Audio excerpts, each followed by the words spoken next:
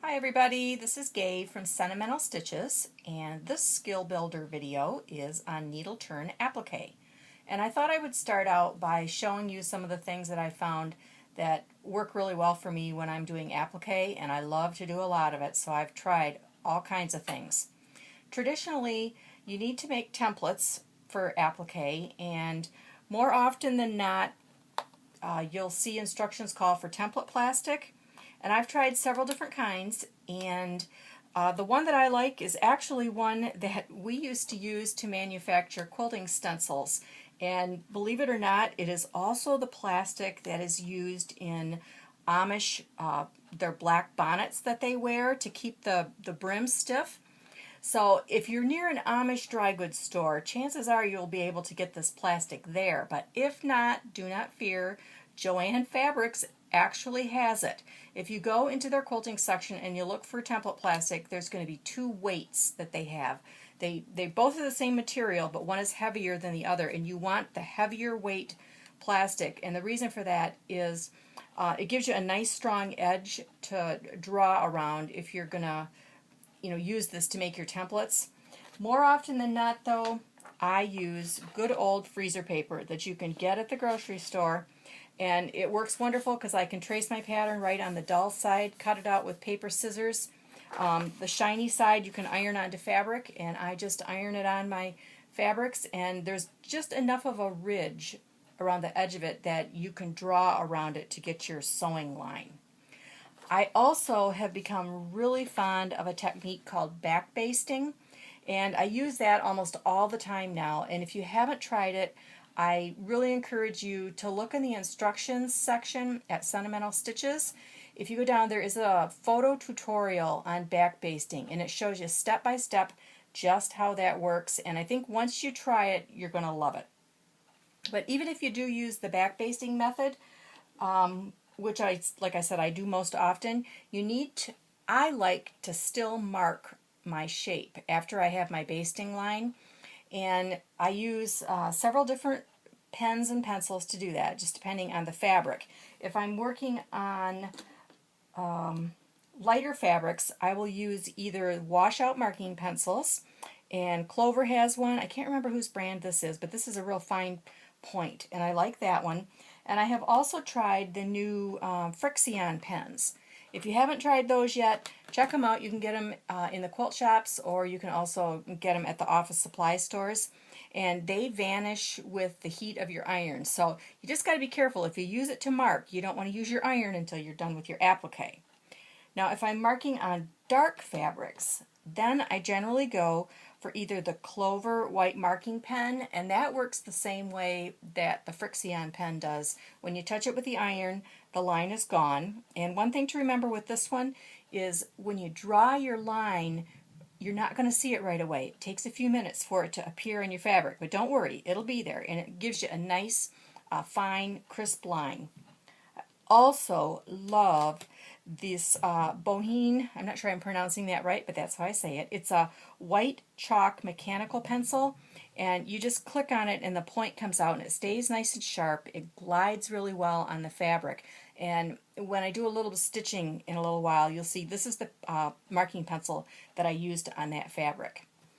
Another thing you want to think about is your scissors, and I have come across a pair that is my all-time favorite. I'll turn it so maybe you can even read the writing on there. It's an Elan brand, and this is actually Moda Fabrics United Notions' own line of scissors. And the reason I love it is they're really sharp. They're sharp right to the point, so you can get right in there and do your clipping, but it also has nice holes for your fingers. You can get your hand in there and really control them, whether you're cutting out your pieces or you're clipping your curves. So I highly recommend looking for a pair of scissors like this. Now, if you haven't used back basting technique where your applique pieces are already basted down, you're going to need it to secure them to your background fabric. And for that, applique pins are absolutely wonderful. These white-headed ones, they're about 3/4 of an inch long. These are the Clover brand.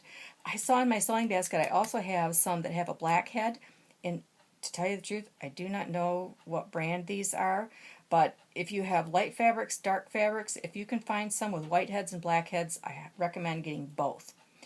You can also, I like to use once in a while some of the Roxanne's glue based it, and this is my little travel bottle that goes along with me when I carry my applique, and this is a washout glue, just a little dab and on the back of your applique piece, and it'll hold it right to your background fabric. So get this for your sewing basket too.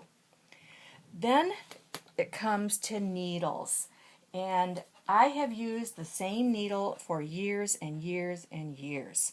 This is a Richard Hemmings Milliner's in a size 10. It's a large eye needle. It's nice and strong. I just can't say enough good about these needles. If you have a hard time finding them, let me know, and I'll hook you up with some. But they're the length of them and the strength of them make it great for manipulating the seam allowance under when you're doing your applique. I will admit that I have recently tried another needle. It is a John James Golden Glide. It's also a Milliner in a size 10, and this one really does slide through the fabric nicely. If you are working with a tightly woven fabric, maybe one of the batiks or a hand dyed, and you were having trouble with your applique, give this one a try. I think you'll be really surprised at how nice it works. Then let's talk a little bit about thread. Most often we match fiber to fiber, so cotton fabrics call for cotton thread, and this is a Metler 60 weight embroidery thread, and I have this in every color I think that they make, and I love it for my applique. You'll see I've got the little cellophane on there, and to tell you the truth, I leave that on there even when a spool is new, and I just pull out from underneath it. Keeps it nice and clean, and it keeps it from unwinding, because being the lazy soul that I am, I don't always put it in the little locking mechanism down here. But check out the 60 weight cotton embroidery thread. I also have really good success with silk thread, and if you're traveling with your applique, in all honesty, you can probably get by with just 2 colors of silk thread. This is the YLI number 100 thread, and the 2 colors that I keep in my sewing basket are number 242, which is a light taupe, and number 235, which is kind of a medium to a dark taupe. Those are fantastic, and you can applique just about any color fabric that you need to with those. I do a lot of floral applique, the Beyond the Cherry Trees quilt. As you can see with these blocks, a lot of greens.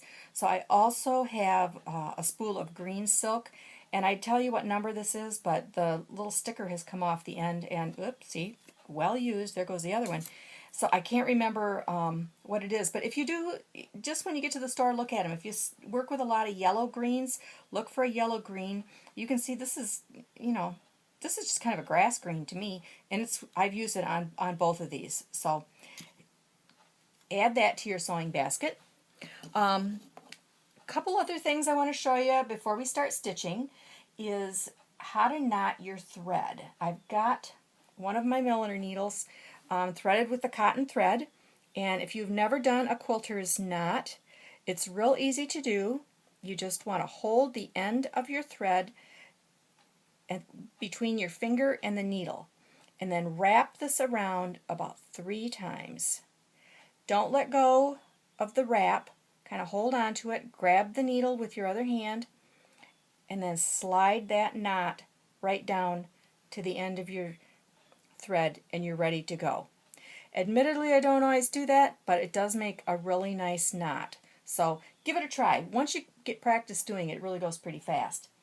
The other thing I want to mention is if you're stitching with silk thread, it is very slippery.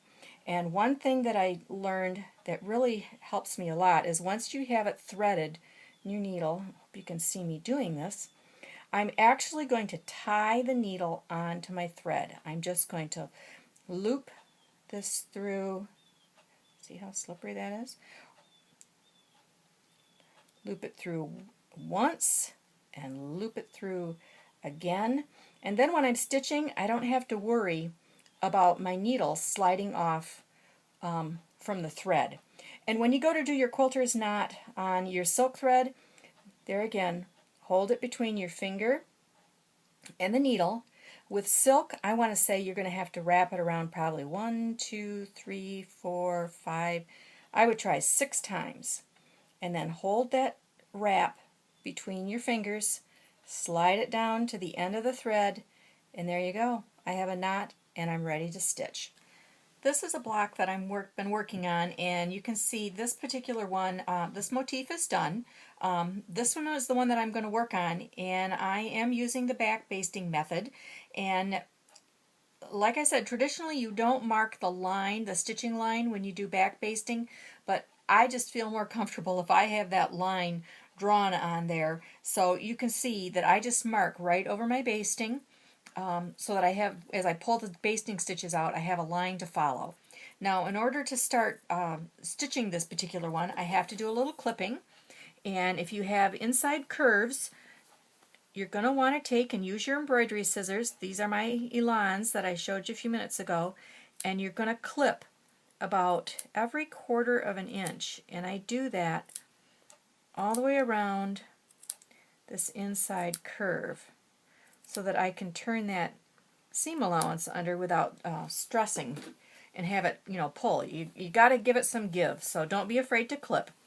And to get started, I'm stitching standing up, and this feels kind of awkward to me, you guys, so hang in there. You start by pulling out just a couple threads of that basting. And I like to come up from just behind my applique piece, and it hides my knot in between in the turned under seam allowance, and I don't have as many knots on the back. So that's what I do. And then you're going to use your needle to just flip that seam allowance under just as far as either the dotted holes or your drawn line, depending on what applique preparation technique you've done. Then I use my nail or just my finger, and I just kind of give that a little finger press. And in order to take your stitches, what you're going to do is go straight down into your background fabric, come over just a little bit less than 1/8 of an inch, and come up with the tip of your needle and just catch a couple threads in that fold. And you're going to take a stitch. Got a little fuzz there. Then just go straight back down in, over about 1/8 of an inch, catch that fold by a couple threads, and give it a tug. Straight down in, over less than 1/8, catch a couple threads, and up. Down, over, catch a couple threads. And just give it a little tug when you come up and take your stitch. Don't pull it too tight because you don't want to draw things up. And then as you're coming up to your basting, just lift out another stitch of that. Use your needle to tuck that under, over and up, down, over and up. You'll start to develop a rhythm after a while, and you just kind of get in a groove, and you just move along the line, taking your stitches. Pull out another basting stitch, tuck that curve under, and see how nice that turns under when you've got that seam allowance clipped? It's real easy. Okay, I'm going to work my way around this piece here, and I will come back to you when I'm ready to do one of the inside curves on that finger up here. I'm coming up on to one of the inside curves on one of these finger leaves, and I want to show you how I clip that and do the Needleturn Applique there. And if you look at the ones that I already did, you can see they're not identical. I clipped them the same way and I stitched them the same way, but this one is like pretty near perfect, and this one is a little bit deeper right in the center. So there's no way you're going to get them exactly the same. You just clip them and do the best you can. So I'm going to get that basting thread out of the way, and I'm going to take my scissors, and what you want to do is I want you to take one clip straight down the center, right to the stitching line, and then we're going to do a clip on each side of that, angled into the other, into where the shape is there. You're kind of making like little crow's feet clips, and it looks kind of wonky, but trust me, it will work. Get rid of the scissors and turn this around here. Let me pull out a little bit more of this back basting, and we're going to use your needle, turn it under right to your stitching line like we've been doing. Try and stitch up to that. You never want to take your basting threads out any further than what you have to ahead of yourself, because that's what helps keep your piece in position. Let's pull that one out. And now I'm going to use my needle, and I'm going to kind of go backwards, and I'm going to use it to turn that seam allowance under. Use your thumb on the other hand to kind of give it a little finger press.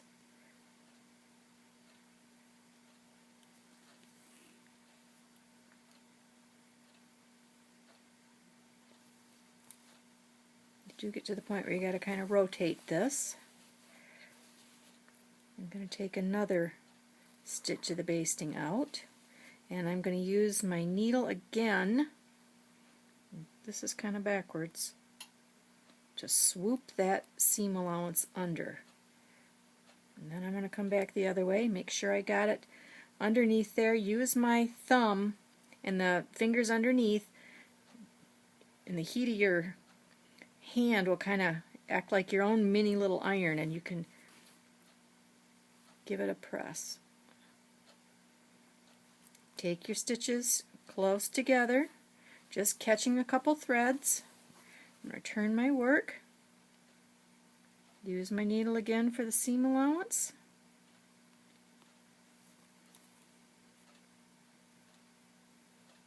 Couple more stitches.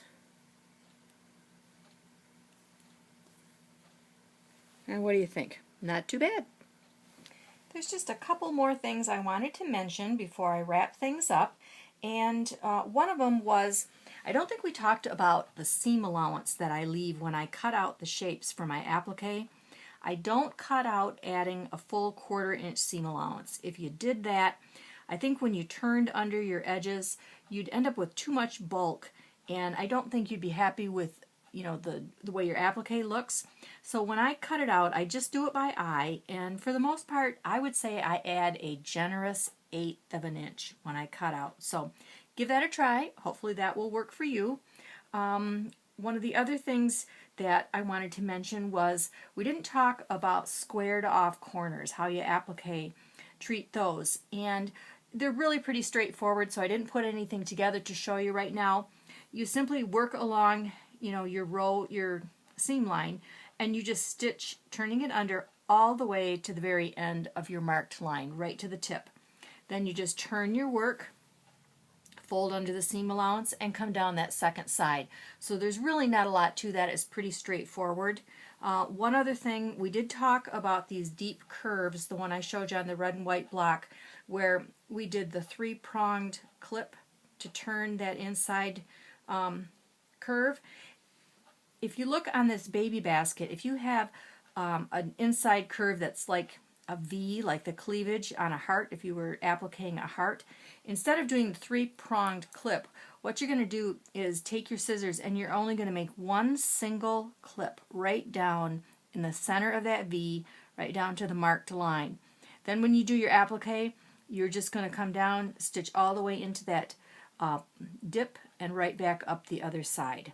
So I guess that kind of covers it for now. I hope you have fun with the applique, and happy stitches!